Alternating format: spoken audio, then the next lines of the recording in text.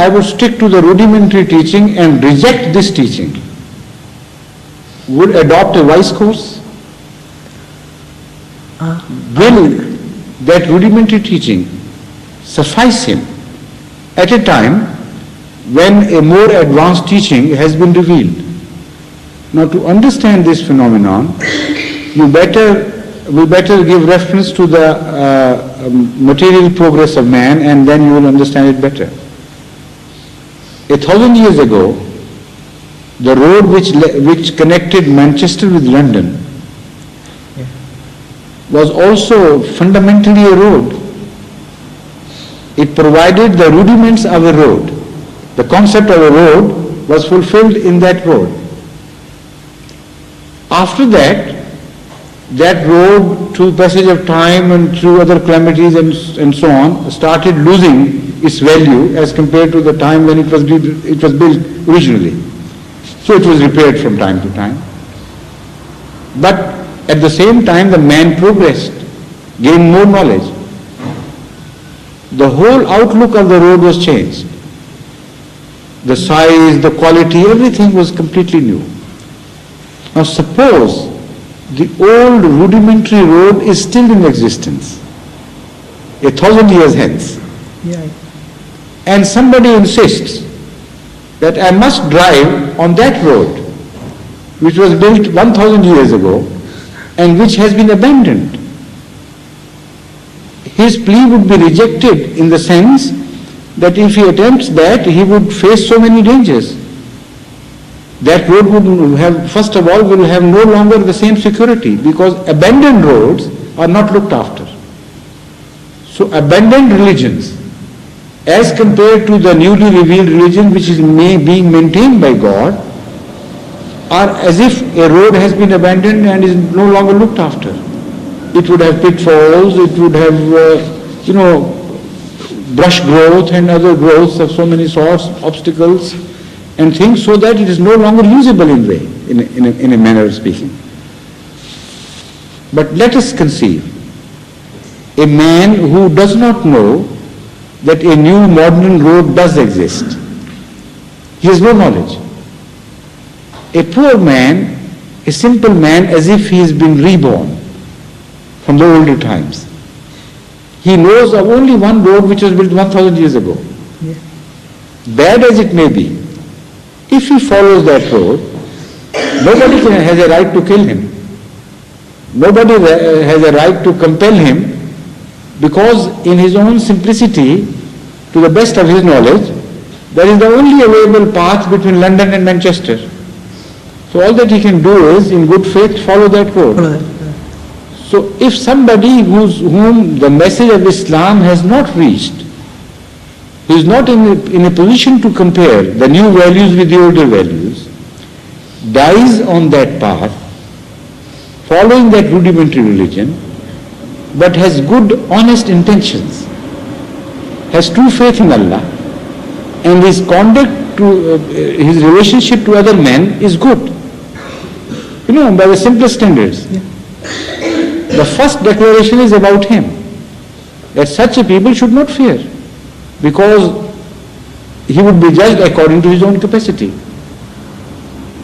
But it would not apply any longer to him, this facility, or this license, if the message of Islam has been revealed to him, and he is capable now, adult enough mentally, to consider that message and to accept or reject it on merit. If that message has been delivered and having normal wisdom, normal faculties of head and heart, he still rejects the message of Islam, then because it is truth, so Allah would reject his message and say, all right, Inna Deena Indallahi al-Islam. Now the latest religion is Islam, and if you reject the latest religion of Islam, your older religion would be rejected, it will no longer be accepted. This is the totality of the picture in which you should understand the Islamic teachings. Thank you very much. I've got many questions. I don't want to take a long time. So I would like to write. Well, you can still ask a question or two. Plenty of questions. What we will do is that we will not give Rashid Sahib any time tonight. I'll ask you the last He can question. ask his question tomorrow. at Islamabad, yes. If God has created all human being and animals in this earth, and we call it as a paradise, and I don't believe in that there's a hell where we are going to go. And You believe that there is a paradise, but you don't believe there is a hell. I don't believe that. It's entirely up to us. We can make it as hell because that's what happened in the. Do you believe in cool shades, shadows and coolness? Do you believe in them? No. Don't you? I believe there's heaven and No, I'm asking another question to you. Do you believe in shades, cool shades, which Yeah. give you relief and comfort? I believe that. But you don't believe in sun, scorching suns. I believe that. Why? Why in both these things? I can see. One cannot exist without the other. The lack of one is the existence of the other.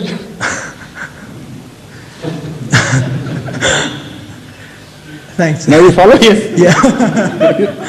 Thank you.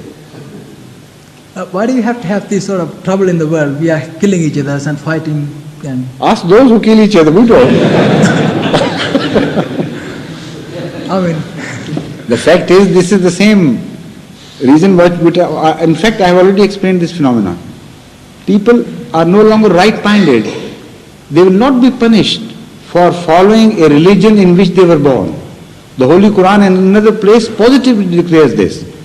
Addressing the Jews, it says that if you are honest, if you reject Islam with honesty of purpose, then why don't you follow the religion in which you have faith? You don't follow the religion in which you claim you believe, honestly and purposefully. Yeah. That shows that you are not right-minded people.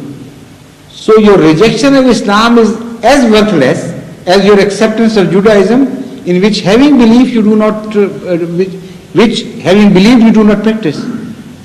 So when this crookedness prevails in mankind, and when basically people have become selfish and crooked and wrong-minded, and whenever there is a question of a choice, they would not go for the absolute justice, but their decisions would be made only according to what suits them, yeah.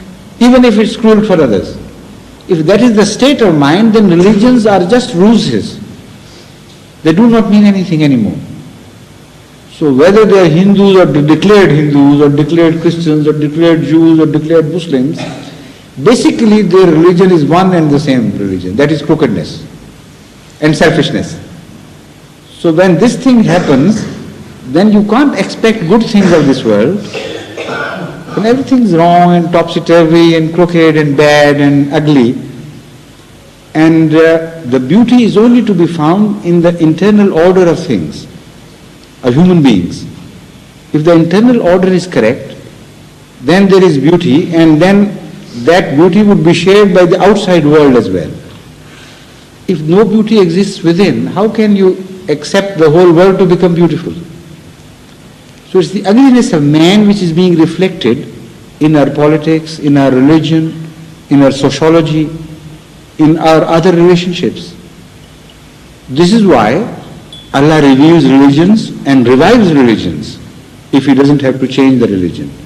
And this is why there is Ahmadiyya. This is what we are striving for. What I want to do is, I was a Hindu, so as soon as I came into England, I started, because people normally come and knock at the door and ask me, do you believe in it? So I don't say that I'm not. Come inside and talk to me about it. I just wanted to learn about it. At the moment I have lots of questions, so I can make up my own mind in future and ask other people not to do the wrong thing, do right things. You see, my advice to you is simply this, that accept Ahmadiyya version of Islam. Therein will lie your peace of mind, because you are a logical person. And from all among all the Islamic views, that is the views held by various sects, I can claim it with positive, with I can claim it categorically.